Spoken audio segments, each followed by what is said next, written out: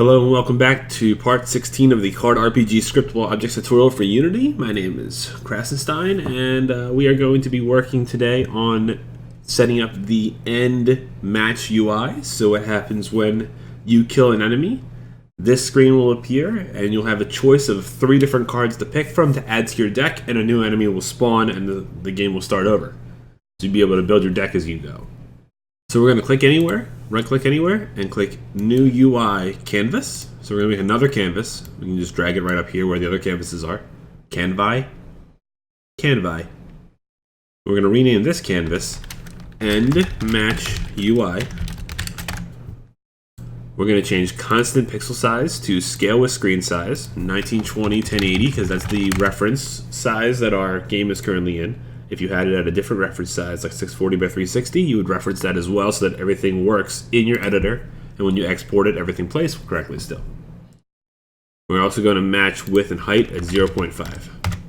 We're going to right-click on Match UI, do a UI panel. We're going to name this panel End Match Panel, because why not? We're going to change this scaling to center so that it does stay in the center of the screen. So we're going to hold Shift to set the pivot and click. And then we're going to have the width be 853 and the height's going to be 484. It's a nice little box in the center. We're going to change the color here to black and about 65%, 70%ish of the alpha. And then inside the end match panel, we are going to add a new text, so UI text. It's going to say here, it's going to say choose, in capital letters, choose a card to add to your deck. We're going to make this bold. 14 is fine. It's going to be best fit from 10 to 40. We're going to center it. We're going to hit F to focus on it. And we are going to bring the Y to 180. Well, actually hold Shift. Let's anchor to the top, and we are going to change the width to 700 and the height to 65. Make sure that the color is bright white. There we go. Now we're going to also do a right click on End Match Panel, create another empty. We're going to call this the End Match Container. This container will hold the 3 cards you can choose from. It's going to sit at a negative 310 on X, negative 15 on Y. 100 by 100 is fine because it's just where the start of this is going to sit, because it's going to be anchored a certain way. We're going to add a horizontal layout group. We're going to change the scaling here to middle center, put a 60 spacing. Make sure width and height are pulled. That's exactly what we want. So now we need to make, on the End Match UI, we need to make an end match script. So what we're going to do is going to go to Project, inside Scripts. We'll stay organized. We're going to create a new folder. I'm going to call this End Match. Just in case we need to add anything that happens to the end of a match, we're going to put it all in this folder for scripts. We're going to create a new C# script. We're going to call it End Match. Open it up. We're going to get rid of Start and Update.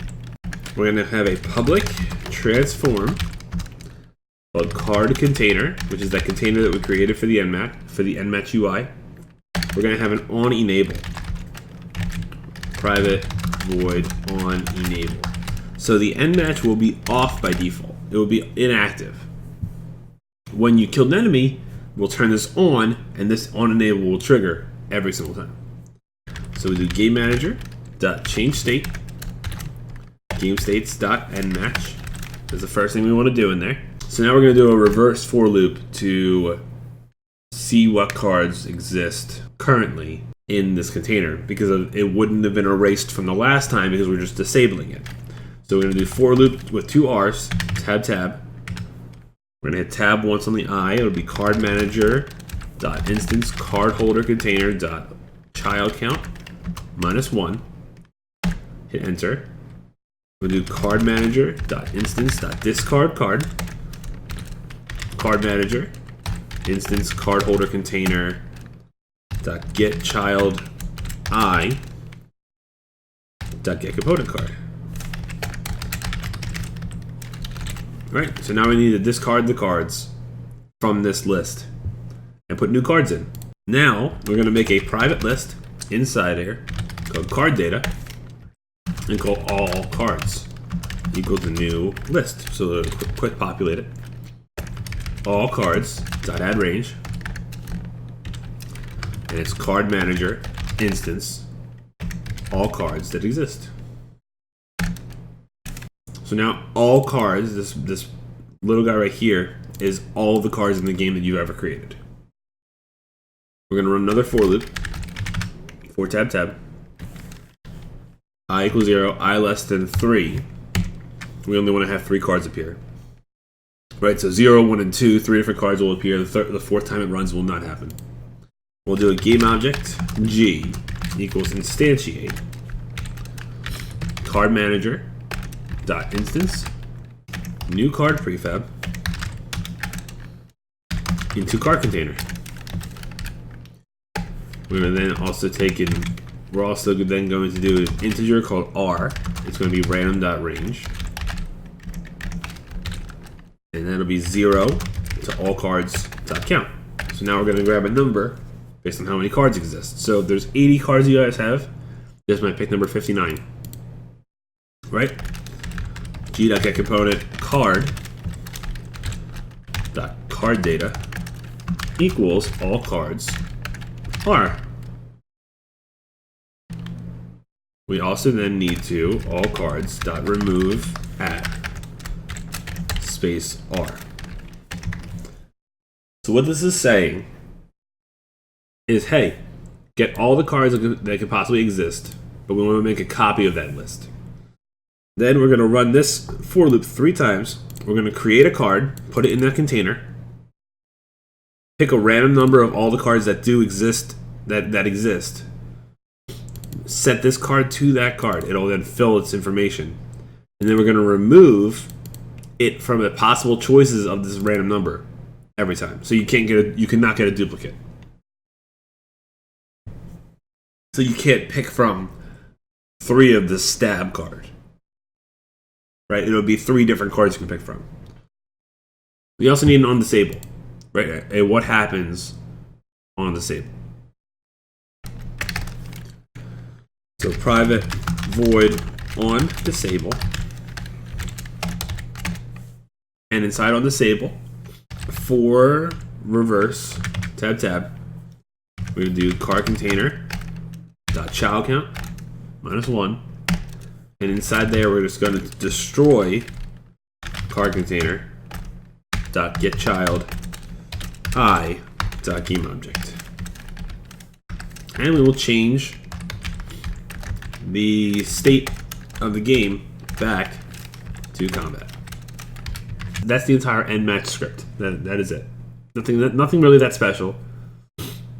It's just going to set all this stuff up and everything. Now we need to go and set these when the enemy dies. Right? So now let's go back to Unity. We are going to wait for this to compile. And we will go into the end match UI and we'll drag the end match script on it. We'll add the container right there. So now everything is synced up. Let's go to the UI manager. So hit Control comma UI manager.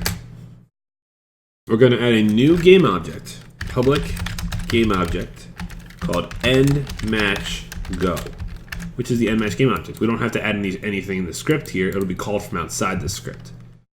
We need to go attach it. So let's go back to Unity, back to the UI manager.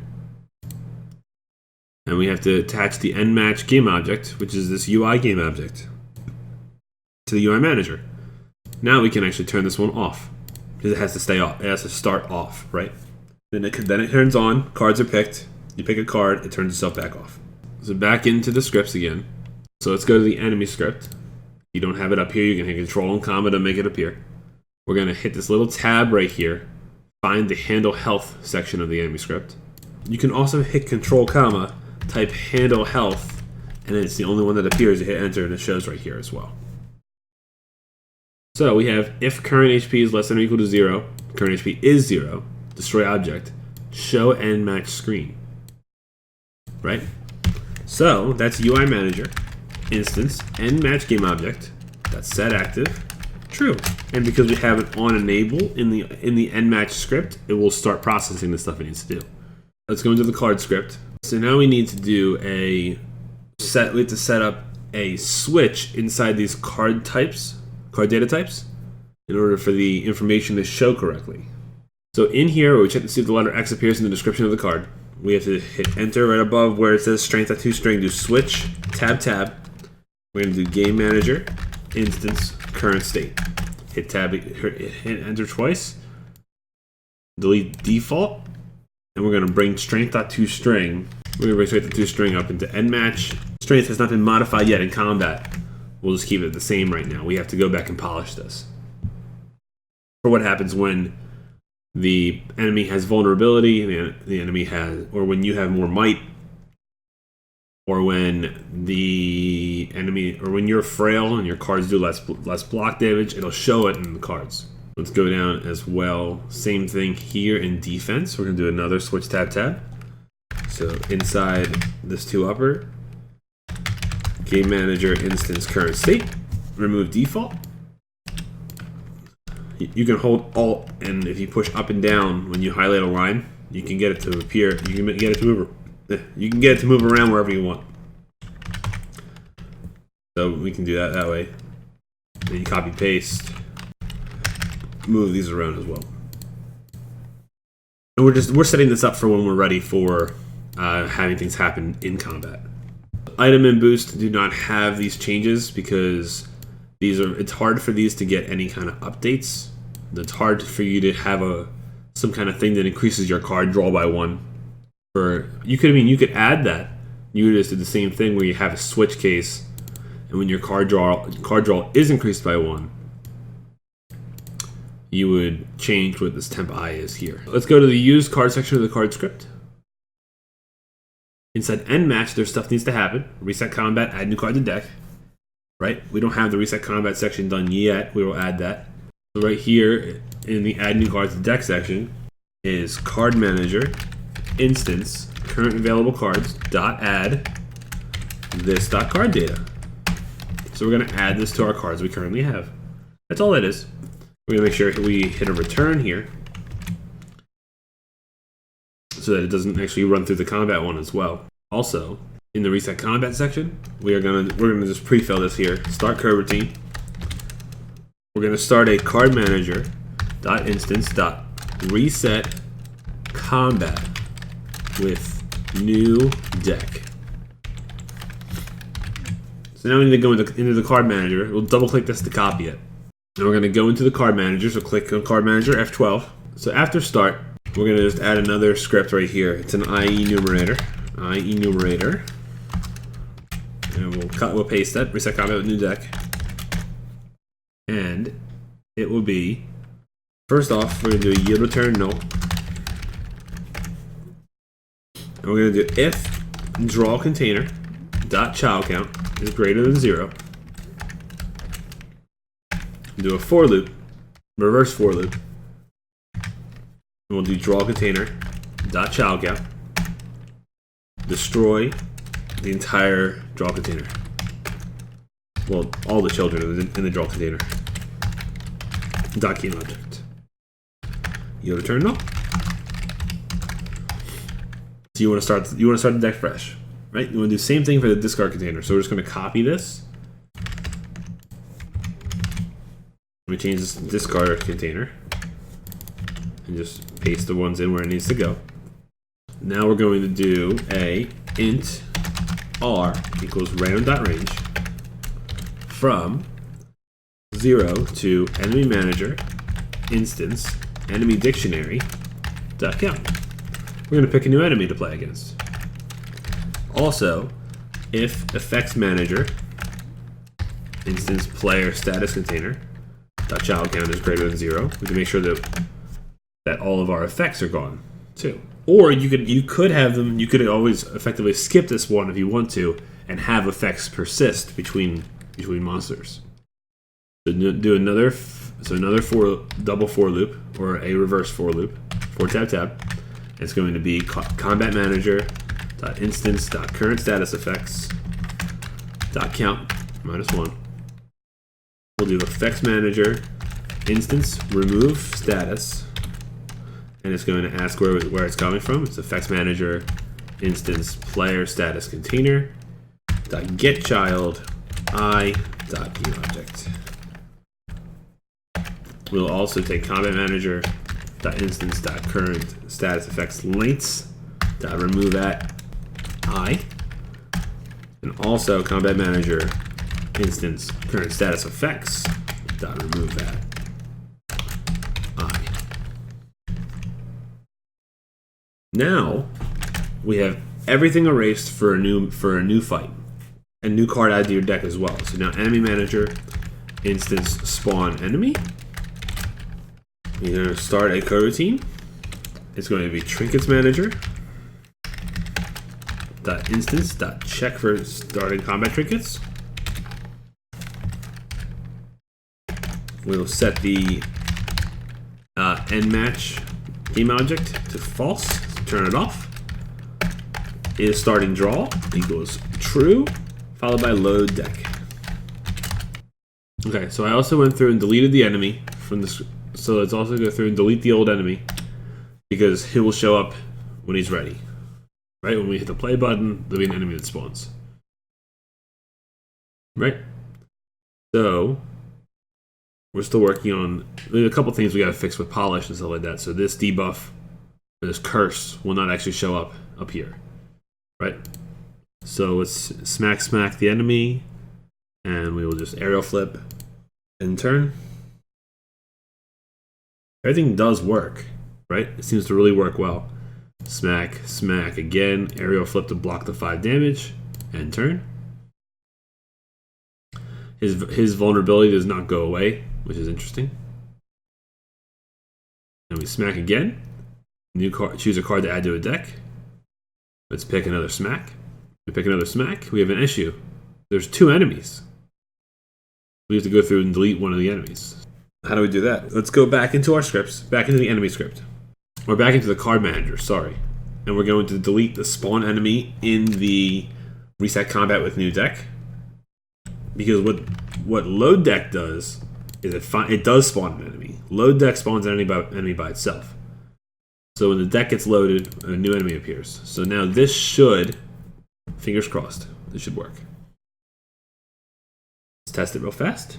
Smack. It's a harder enemy to test. Let's try to just get the passive goblin instead. There we go. So smack, and turn. We're just going to try to kill the enemy off really fast. He's only doing little bits of damage to us. It's okay. Smack. Add an aerial flip. There we go. Now we have an angry goblin who is now afflicted with vulnerable. This is working out great. So what you just saw and what worked is we killed the enemy, the end game screen appeared with 3 cards to choose from based on all the different cards that we've ever made, which we haven't made that many, right? We've only ever made 3 cards. We can add 2 more cards, and you can see how that works. Let's actually add let's add a heavier card, like a card that adds vulnerable to the enemy, right? Let's add another card, so 4 cards total. Let's click on one of these just to show where they are here. We're going to do a right click, create, new card.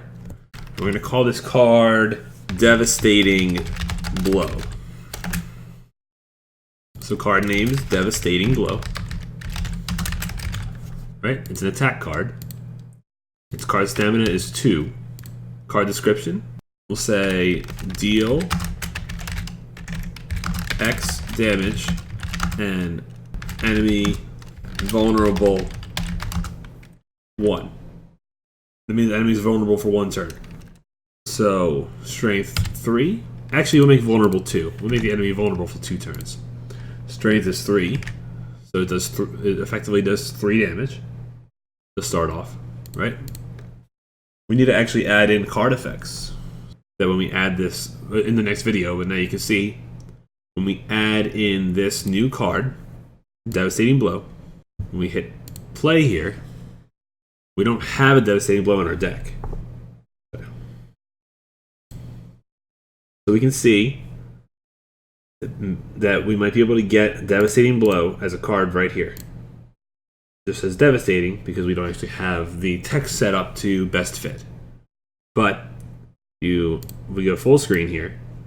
Deal 3 damage, enemy vulnerable 2. So now we add that, and now that is in our deck. So if we smack a couple times, we go back in here. Devastating blow. Deal 3 damage, enemy vulnerable 2. There it is. So that is the end of this video, guys. Thank you so much for hanging out. Really do appreciate it.